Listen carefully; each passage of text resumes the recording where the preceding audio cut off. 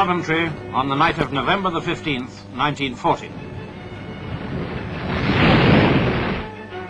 One of the heaviest raids of the entire war had left this proud city in ruins.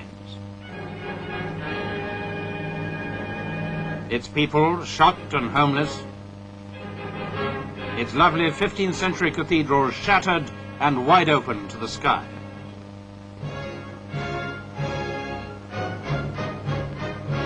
King George VI went there himself to inspect the appalling damage and lend courage to the people.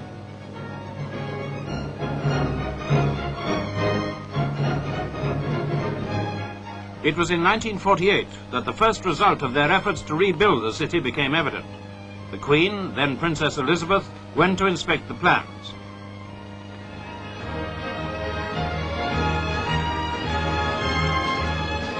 And she performed the opening ceremony of the new central square. If the spirit which the citizens of Coventry shared on the night of November the 14th, 1940, can be reborn in the hearts of our people today, then we shall indeed see the fruits of peace. The Christian symbol of sacrifice and forgiveness.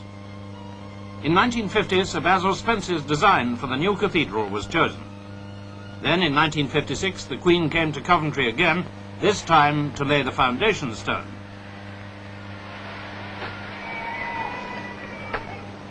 I declare this stone well and truly laid. From the ruins and ashes, the phoenix began to rise, symbol of a new hope, a new age in which the bitterness of war could be forgotten. It was in this spirit that young German craftsmen came to Coventry to lend a hand. In London, Sir Basil Spence examines one of the panels for the great altar tapestry. He'd commissioned Graham Sutherland to design it. The artist's vision is now realized by French weavers in this magnificent Christ in glory.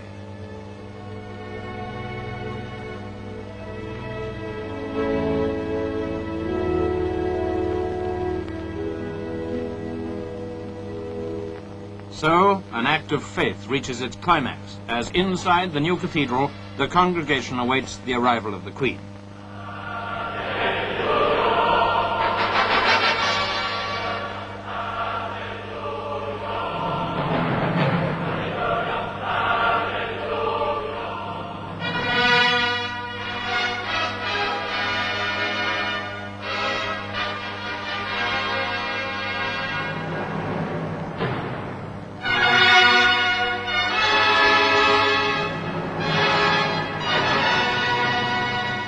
Following the royal party is the Bishop of Coventry, the Right Reverend Cuthbert Bardsley.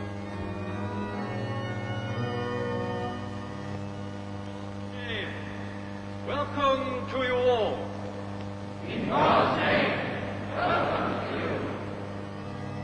With his pastoral staff, the bishop traces out the first two letters of the Greek word meaning Christ.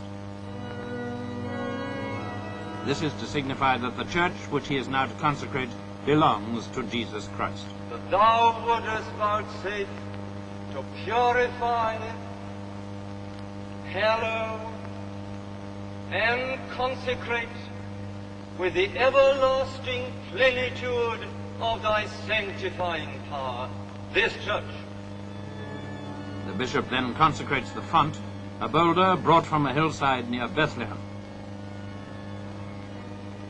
The final act of consecration is performed at the altar.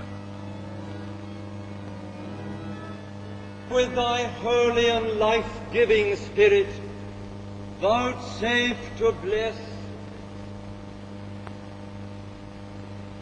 hallow,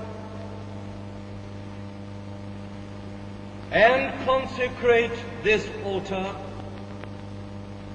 for the celebration of the mysteries which thy Son ordained for a continual memorial of himself.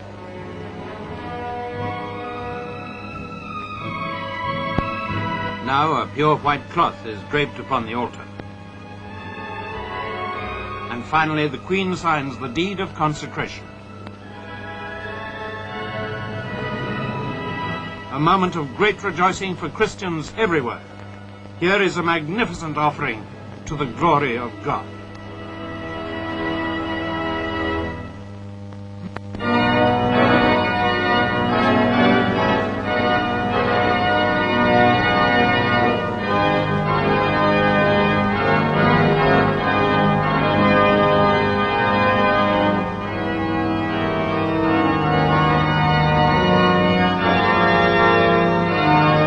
The blaze of colour from the baptistry window.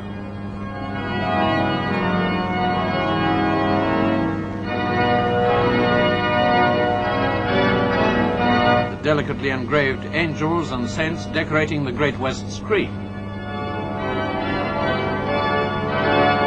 A golden replica of the charred and twisted cross. The building has been described as a new fortress of the Christian faith. In keeping with this spirit, Epstein's giant bronze, St. Michael, the cathedral's patron saint, triumphant over the devil.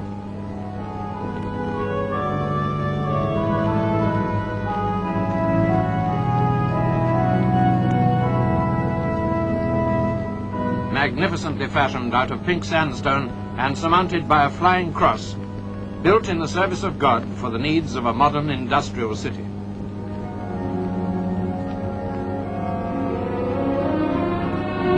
The plan which the Queen saw in 1948 has now been translated into reality.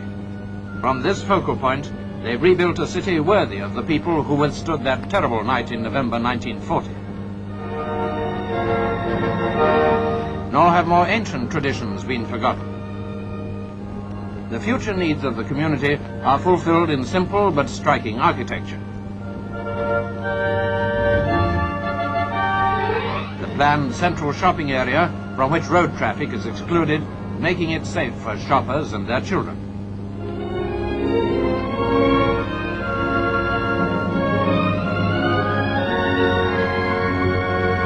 A new city, and its new cathedral proclaiming the majesty, eternity, and glory of God.